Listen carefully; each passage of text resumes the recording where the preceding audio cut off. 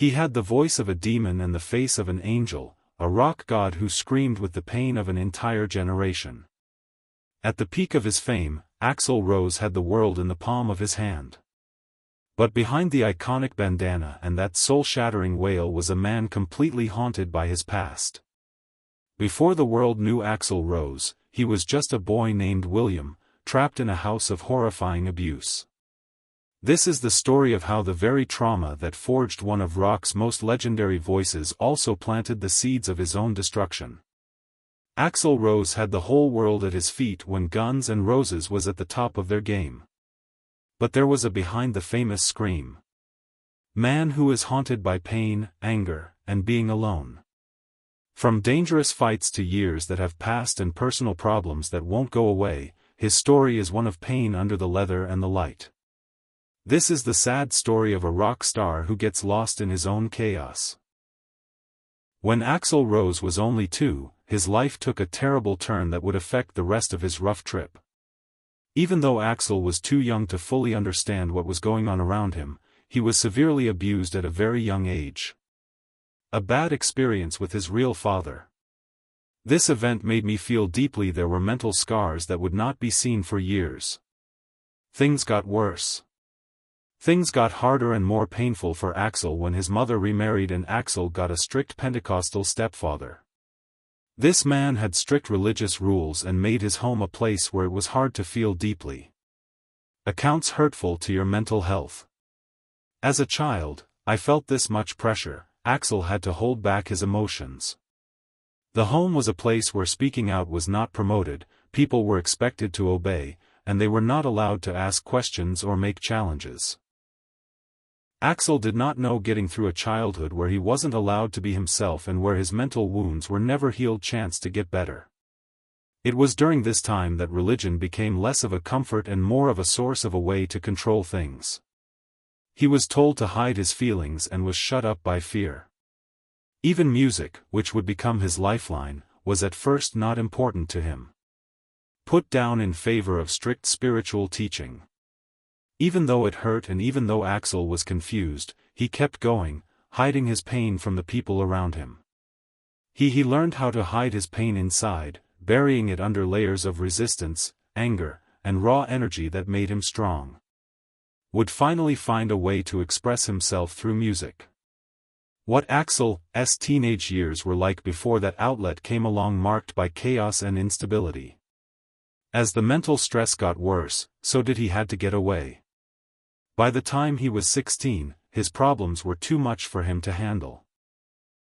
He made the tough choice to leave home and set out on his own, without a clear plan or anyone to help him. It was hard to live on the streets. Without a safe place to live, Axl had to deal with problems like being hungry, being alone, and not being able to find a safe place to sleep. However, this chapter also marked the start of his change. In spite of the trouble, he began to find his voice. He got lost in music, which helped him deal with his anger and pain into writing songs and performing them. Axl found his in all of this chaos. Earlier moments of freedom, saying what had been kept silent for a long time. During his teen years, Axl Rose was told he had bipolar illness. This is a condition characterized by big changes in mood, from depressed to manic. His mental highs and lows had an effect on more than just his own life. Every part of his life was changed by them. From having close ties to his rise in the music business. Not even as a teen, Axl had a hard time figuring out what was going on inside him. At one point, he might have a lot of energy. And a clever mind. The next, he would fall into times of darkness, loneliness, and doubt. Because these mood changes were hard to predict, it was hard for him to make permanent connections, trust other people, or be at peace with himself. Axl was very sensitive to other people's feelings. What he felt was often stronger than what other people felt, and he would respond with fierce passion or become overwhelmed by what some people might see setbacks as small problems. This changeable mood was both a strength and a weight. It made his music powerful and raw, but it also made everyday life tiring. Along with his manic episodes, he often had depressive and anxious feelings. Events that put him in a constant state of ups and downs between terrible highs and terrible lows. As he stepped into the spotlight, the demands of fame made these inner problems even worse. The stress to do well, it was hard for him to keep up a public image and meet the demands of millions of people. His fame did not protect him from pain. In fact, it often made it worse. Axl has been honest about how hard it is for him. Living in this world with a mental illness that could make even a good day bad was hard. Field of battle.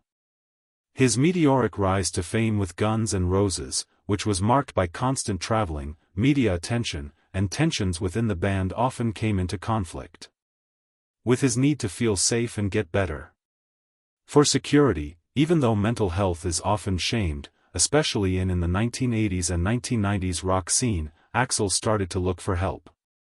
He has been open about how important therapy was in his life and agreed that professional help was necessary to start dealing with not only his mental illness but also the terrible things that happened to him as a child. Therapy gave him tools to deal with his mental storms, helped him figure out what set off his reactions, and set limits and find times of clarity in the midst of chaos. He was only 24 years old when he died in 1986.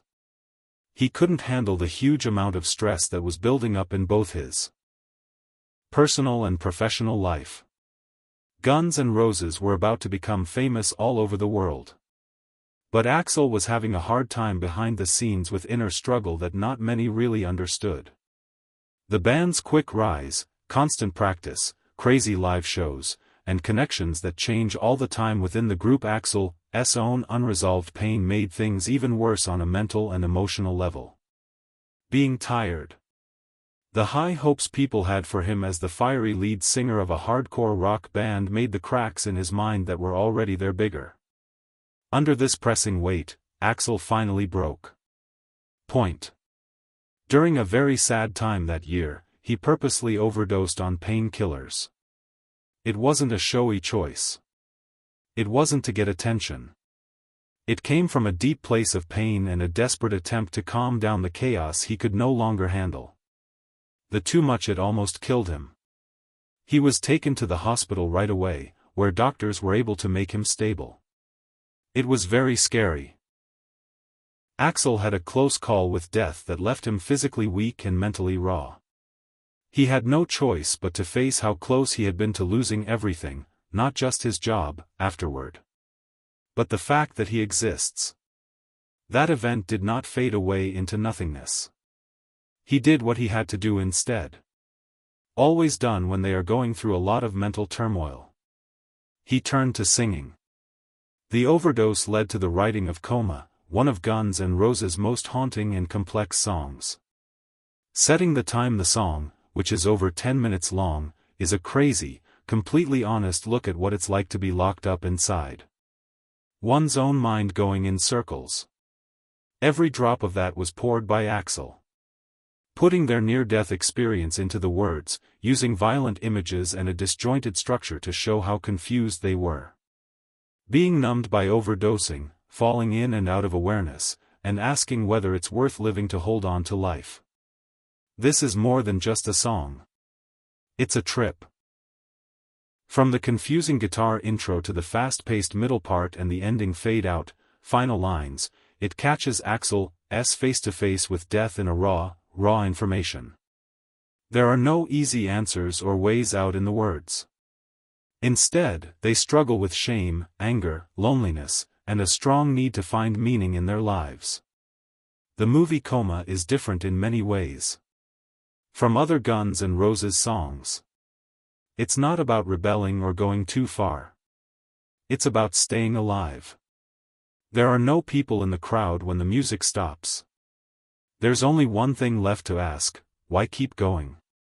At the start of the 1990s, at the height of his fame, Axl Rose made a choice that was both strange and very personal. He started going to treatment for past lives and regressions. Even though it's not typical, this therapy approach was part of his ongoing work to deal with the hurt and confusion that had been following him since he was a kid. As the lead singer of one of the world's biggest rock bands, Axl had reached a level of fame that few people could match. Only dream of. But on the inside, he was still uneasy, having mental problems. Chaos, broken memories, and a steady feeling that something important was broken inside him. Regression treatment often involves going back to memories that you have pushed down. Rooted deep in the mind, opened a way for Axl to look into the roots. Because of his mental pain. During these meetings, he started to bring up scary memories from his childhood, pictures and emotions he hadn't thought about in a long time, pushed down, maybe in order to mentally survive them. The most upsetting were images of being taken from him and abused, events that left invisible wounds on his sense of safety and who they are. These truths didn't all come out at once, but each one was shocking. To the core of Axl. The effect on my emotions was huge. What he had known for a long time, it was now clear that a stressful event had changed the way he saw the world in vivid and scary ways. Information. Coming to terms with these childhood events was not only painful, it also threw me off. Axl had to think again about who he was and how he got to be the way he was. He once said it felt like having a mirror held up to his soul and seeing facts that were both. It was painful and freeing. He was hurt by this deep time of self-exploration. And open to harm. It also made it harder for him to trust other people, which added to his feeling of being alone, which would define he lived a lot of his life during this time. The therapy didn't help right away. Fix or clear ideas right away. Instead, they took apart the mental armor Axl had been building up for decades. As a result, the need for privacy and safety grew. Who he is in public, as it got bigger and louder, his private life became more private and closed off. He stayed out of the press less and less, canceling shows and avoiding interviews. He became known for inability to predict. From the outside, it might have looked like pride or insecurity, but for Axl, it was to protect yourself. After telling such painful facts, had to make room. Time and space to heal, think, and figure out who he really was. Without the stress and noise of fame. These discoveries found in the past not only did life and regression treatment change Axl's behavior, they also changed his music. His songs became darker, more thoughtful, and sometimes hard to understand. Songs turned into ways for his hurt, confusion, and need to understand. The treatment for Axl was not about dwelling on the past, but about facing it, no matter how scary it is, in order to get back what you lost. A part of himself. That was a changing point in more than one way. But in the complicated and often misunderstood impact he would leave behind. The wedding took place in April 1990. Erin Everly, who is married to Don Everly and is the daughter of the famous three Everly brothers. The connection had always been very strong, with a lot of passion and emotional highs. And times of instability. From the start, their relationship moved quickly. Its depth and volatility are two things that make it unique. Even though things went up and down, Axl and Erin talked about his dream of making a life with his partner. And having a family was part of that dream. As for Axl, for someone who had a hard and broken childhood, the thought of becoming a father was especially meaningful. It stood for the hope that he could change his past and start a new life based on love and security. Sad to say, that plan started to fall apart just a few months after they got married. Erin had a miscarriage in October 1990. The loss hurt a lot. For both of them, but Axl seemed to be affected more deeply. Known because he kept his feelings inside, he had to deal with sadness that went to the very core of who he was. Hopes and dreams. The loss wasn't just the end of a baby. It stood for the end of a dream. At the time, people who knew Axl well said he was deeply shaken. Having a hard time dealing with the pain while dealing with the huge stress of fame and public attention. As sadness and stress as things got worse, the already weak bonds between them started to get even weaker. The stress of the loss, Axl's personal problems, and the fast-paced nature of life in the couple's relationships got more and more tense as the band became famous around the world. As time went on, both Axl and Aaron would talk about the trouble they were going through in court cases and interviews. While they were married, Aaron said that he was hurt and stressed out during the relationship, while Axl replied with his own claims that the situation was much more complicated than it seemed. Both sides filed lawsuits, but in the end, everything was settled out of court without any official ruling. Building.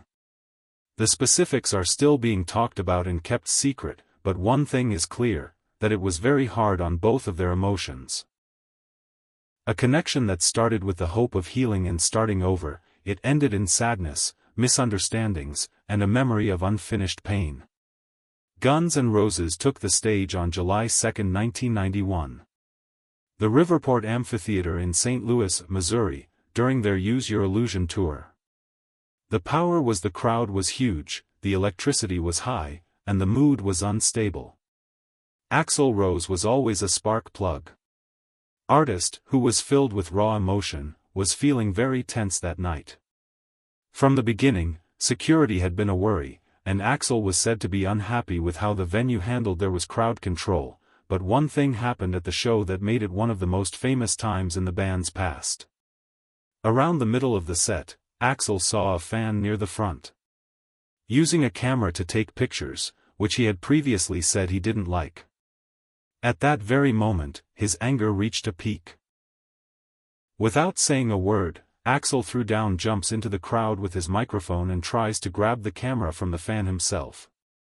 There was a short fight between Rose, the fan, and the security guards. Axl, after being pulled back on stage, shouted into the mic, "Thanks to the lame-ass security, I'm going home." He looked very angry. After that, he stormed off stage. After the band, the show ended quickly. That's it. The next events turned into chaos. Tens of thousands of angry fans by the quick cancellation, trouble broke out. Seats were ripped off the ground, tools were broken, and the building was broken into from top to bottom. By night's end, dozens of people who went to the show and people who worked there were both hurt, and the damage to property was believed to be around $400,000. It was such a terrible scene that the event was called the Riverport Riot by fans. After the fact, blame went in every direction. The band said the venue didn't have enough protection, while the Axl was directly blamed by many fans for starting the fights at the venue. The city of St. Louis did not take the incident not serious. After several months, Axl was officially charged with several crimes, such as violence and damage to property. He was found guilty on both counts after a long court case. The court put him on probation for 2 years and made him pay a $50,000 fine. He was also required to give money to local organizations and pay for some riot-related damage. Even though Axl didn't go to jail, the event had long-lasting effects on both his legal and public records. Picture. The riot made him look weak, unstable, and careless. But for Axl, it was more difficult at the time. In interviews that followed, he said that what he did was a reaction to carelessness and rudeness, even though he knew it had hurt them. The event turned into artist Axl walked a razor's edge throughout his work, and this painting shows it.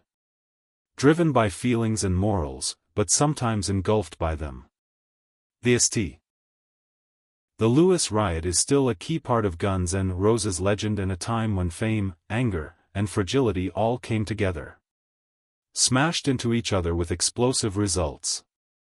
The unstable Axl Rose in October 1990. Nature was in the news again. Not on stage this time, but at home.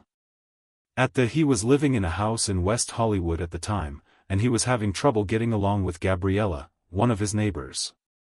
Cantor had been cooking for a while. Cantor was said to have made several people have mostly negative things to say about Axl, mostly about loud music and noise in the building. There were fights between the two had become more hostile, which showed how complicated the rockers' relationship was with power, limits, and space for yourself. According to police accounts, things got worse. A big deal when an argument between Axel and Cantor got physical. She said that Axel hit her with a wine bottle during a fight about noise. The event led quickly to his they are being held on attack charges. The cops in Los Angeles booked him, held him for a short time, and then released him. After making bail, they were let go. The news outlets picked up on the story, which made Axel look even more like a rebellious and rock star who is unreliable and has a short fuse. And even though the charges were the event left a mark when it was dropped. Not only on his name, but also on his clever mind. Axel didn't stay quiet or say sorry, instead, he dealt with the situation the way he did. Did a lot with music. Because of the impact from the fight, The Right is the Savage first song on Guns N' Roses' Use Your Illusion I record. Right Next to Hell. The song is rough, angry, and full of hate, and it's clear that it's meant to be taken seriously. At Cantor and what it was like to be thrown into a public and court show. From the first riff on, this track is filled with anger and defiance. Its words describe paranoia and unfairness, which is what Axel thinks. That he was being picked on wrongly, misunderstood, and made fun of. Things like, "You sound like you've never had love," I said. "I'll kill you, but I'll live." Slow down a lot. It will bristle with energy, implying not only the heat of that October night, but also deeper anxiety. Right Next Door to Hell wasn't just a fight between neighbors. It was Axel's way of getting rid of the feeling. He was always being attacked, whether it was by the media, the law, or people who didn't understand the evil spirits he fought alone. Around the middle of the 1990s, Axl Rose found himself not only dealing with artistic isolation and tensions within the band, but also with deep personal issues, losses that will last a long time. These were some of the worst of them. The loss of two important people in his life, his mother, Sharon L. Bailey, and two close friends, Westa Rhine helped me write a song. These terrible events happened during years of trouble for Axl. Years with lots of mental ups and downs, public silence, and a deeper pull away from the center. It was 1996, and Axl's mom, Sharon, has died. Even though things had been rough between them for a long time, her death hurt a lot. Sharon had raised Axl in tough times.